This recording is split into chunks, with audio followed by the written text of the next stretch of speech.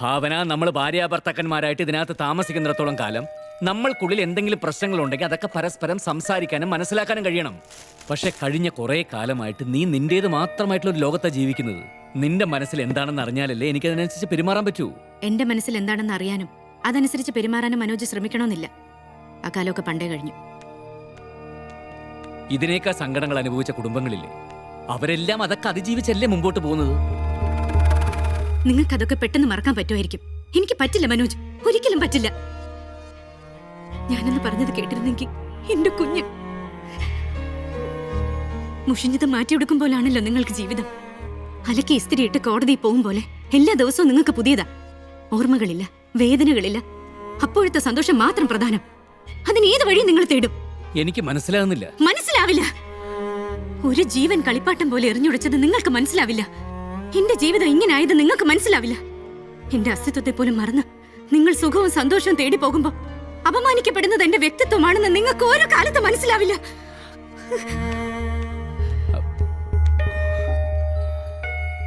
ഭാവന, നീ സംസാരിക്കുന്ന ഭാഷയാണ് എനിക്ക് മനസ്സിലാവാത്തത്. ഭാഷ എന്നാൽ ഒരു സംസ്കാരത്തിന്റെ നിർമ്മിതിയാണ്.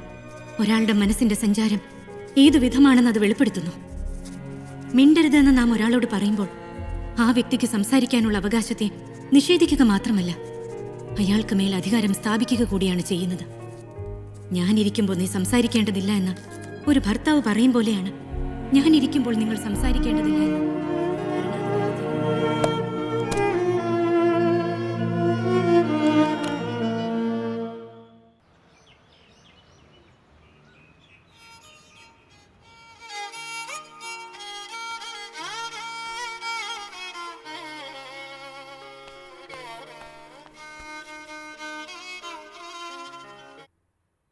ഹലോ.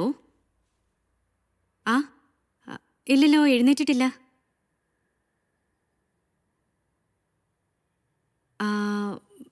ഞാൻ അങ്ങോട്ട് വിളിക്കാൻ പറയാം. ഓക്കെ.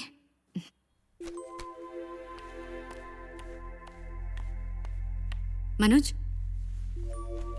മനോജ്, എന്തേതെന്ന് ഉച്ചവരെ ഉറങ്ങാൻ പോവാണോ? കോടതി പോണ്ടേ? മണി 8 കഴിഞ്ഞു.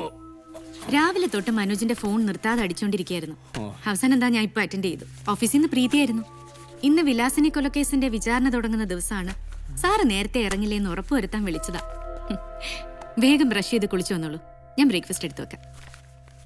ഭാവന, എനിക്കൊരു സംശയം. ഇന്നലത്തെ നീയാണോ അതോ ഇന്ന് എന്റെ മുമ്പിൽ നിൽക്കുന്ന നീയാണോ? ഇതിലേത് നീയാണ് ശരിക്കുള്ള നീ? കടങ്കഥ ചോദിക്കാൻ നിൽക്കാണ്ട് കോടതിയിലേക്ക് പോകാൻ നോക്കും മനോജ്.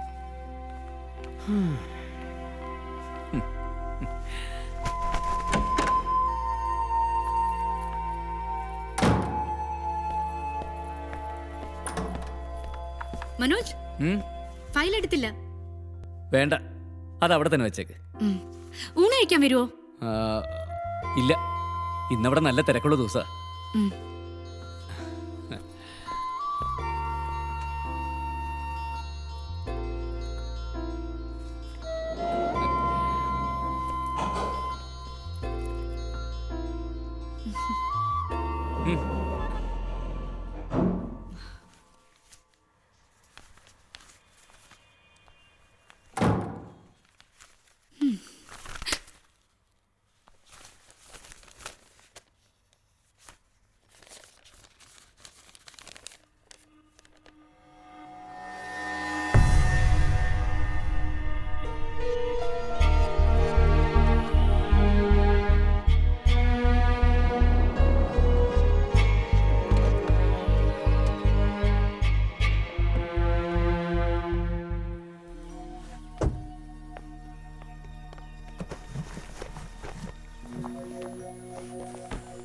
മായ,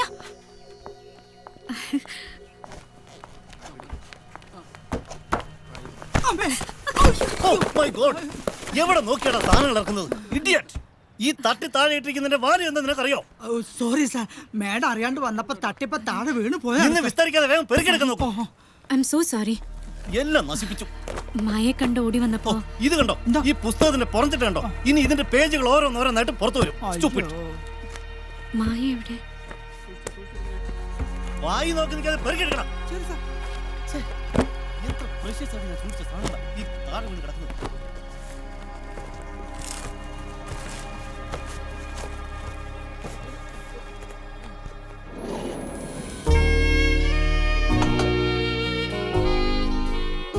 മായേ എടി നീയോ? ഞാൻ മോളെന്നെ കണ്ടു, എന്നിട്ടാ ഞാൻ താഴേക്ക് വന്നത്. ആണോ? ഞാൻ ഫ്ലാറ്റിൽ കുറച്ച് സാധനങ്ങൾ കൊണ്ടുവയ്ക്കാൻ പോയതാ. എത്ര കാലമായി നിന്നെ കണ്ടിട്ട്, എന്റെ ഒരു കോണ്ടാക്റ്റും ഇല്ലാതെ പോയി. It's A long story. എല്ലാം വിശദമായിട്ട് പറയാം. ഏത് ഫ്ലാറ്റിലാ? ഞാൻ 3A. ഞാൻ 11A. ആണോ? എല്ലാം ഒന്ന് ഒതുക്കി വെച്ചിട്ട് സ്വസ്ഥമായിട്ട് ഞാൻ വരാം. വരണം, അല്ലെങ്കിൽ ഞാൻ അങ്ങോട്ട് വരും. വരും. ബൈ.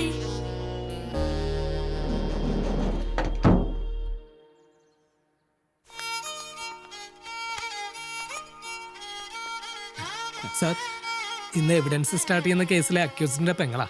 ഓ, കേസിന്റെ ഡീറ്റെയിൽസ് വല്ലതും പഠിപ്പിച്ചു കൊടുത്തോ? രാജൻ എന്ന് പറയുന്നത് നിങ്ങളുടെ സഹോദരൻ, കൊല്ലപ്പെട്ടു എന്ന് പറയുന്നത് വിലാസിനെ. Am I right? എന്തുട്ട്? അല്ലല്ല, അതെ. നിങ്ങളുടെ സഹോദരനായ രാജൻ കൊല്ലപ്പെട്ടു എന്ന് പറയുന്ന വിലാസിനിയുമായി വഴക്കുണ്ടാക്കുന്നതോ ദേഹോദ്രവം ഏൽപ്പിക്കാൻ ശ്രമിക്കുന്നതോ ടിയാൻ കൊല ചെയ്യുന്നതോ നിങ്ങൾ കണ്ടിട്ടില്ല. അതിനവനെ ആരും കൊന്നിട്ടൊന്നുമില്ല സാറേ. അതന്ന് ശരിക്കും അബദ്ധത്തിൽ പറ്റിയിട്ടുള്ളൊരു കാര്യമാണ്. അത് ഞാൻ കോടതി തെളിയിച്ചോളാം. അവിടെ എതിർഭാഗം വക്കീല് നിങ്ങളോട് എന്ത് ചോദിച്ചാലും ഞങ്ങൾക്കൊന്നും അറിയില്ല, ഞങ്ങളൊന്നും കണ്ടിട്ടില്ല, അത്ര മതി. സംഭവ സമയത്ത് നിങ്ങൾ എവിടെയായിരുന്നു? വീട്ടില്. ചേച്ചി, നിങ്ങൾ ആ സമയത്ത് നിങ്ങളുടെ ഭർത്താവുമായിട്ട് സിനിമയ്ക്ക് പോയിരിക്കായിരുന്നു. ഏത് സിനിമയ്ക്ക്? പിണ്ണാക്ക്. അങ്ങനെ ഒരു സിനിമ ഉണ്ടോ? എടോ, അങ്ങനെ സങ്കല്പിക്ക്. സങ്കല്പിക്കുകയാണെങ്കിൽ സരിതയിലെ പടം ഞാൻ കണ്ടാണ്. നമുക്ക് സവിതപ്പെട്ട അല്ലൂർജന്റെ പടം കണ്ടല്ലടി. അയ്യേ, തെലുങ്കോടൊന്നും കാണാൻ ഞാനില്ലേട്ടാ. നമുക്ക് വല്ല മലയാള പടം പോയി കാണാം. അയ്യോ, ആരാടോ ഇയാള്? സാറ് ഞാൻ ലിബിയളിയൻ, എന്ത്? രാജന്റെ അളിയൻ ലിബിയളിയൻ. ഇവളുടെ കൂടെ നേരത്തെ സിനിമയ്ക്ക് പോയില്ലേ ആ ഭർത്താവ്. നിങ്ങൾ സിനിമയ്ക്ക് പോകുമ്പോൾ രാജൻ വീട്ടിലുണ്ടായിരുന്നു.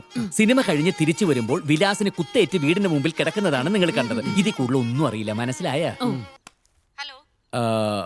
നിങ്ങളുടെ പേരെന്താന്നാ പറഞ്ഞത്? രജനി. ഞാൻ നാളെ രജനിയുടെ വീട് വരുന്നുണ്ട്. സ്പോട്ടൊക്കെ ഒന്ന് കണ്ടു വെക്കാനാ. പിന്നെ രാത്രി കുറച്ച് ലേറ്റ് ആയിട്ട് എത്തും. ചുറ്റുപാടുള്ളവരൊക്കെ അറിയണ്ടെന്ന് വെച്ചിട്ടാ. രാത്രി അവിടെ തന്നെ ഉണ്ടാവില്ലല്ലേ? ഓക്കെ.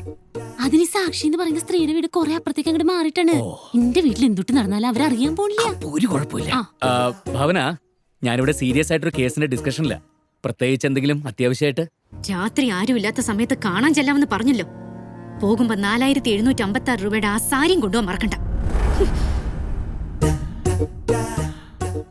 സാരിയെ